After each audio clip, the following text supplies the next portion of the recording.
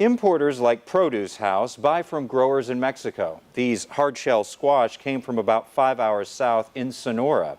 They market it and sell it to buyers in the United States. Some importers say the possible tariff is a conversation starter with Mexico, while others say it creates uncertainty for business.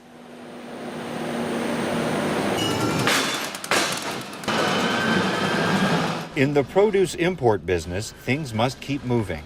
Fruits and vegetables have a lifespan. They have to get sold. We have a saying in the industry, sell it or smell it.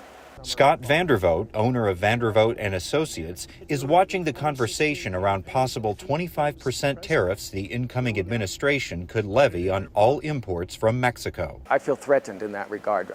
It's going to cost me more personally to work through this process, to understand it, and to react to it. Peak season with our hard shell, butternut, spaghetti, and acorn. Raquel Espinosa owns Produce House, where these hard squash, melons, and other produce make their way from Mexico to U.S. buyers, a transaction already subject to changes in weather and harvests elsewhere. When I hear 25% tariffs, it makes me very nervous. The unknown. It's not unfair for the new administration to ask for help from a neighbor.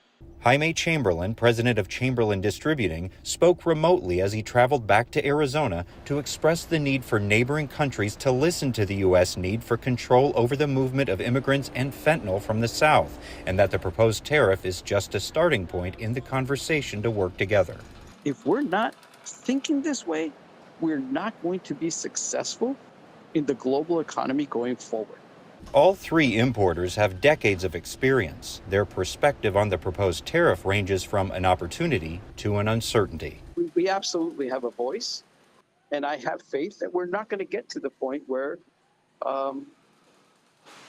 these tariffs are implemented. I really do. I really don't believe it. I really think that we have opportunities. Once we start to figure out how this actually works, it's going to have a rippling effect into the country because we're the pipeline of fresh produce coming into this port. So does that mean that the consumer is going to be paying higher prices, even higher than what they're actually seeing now?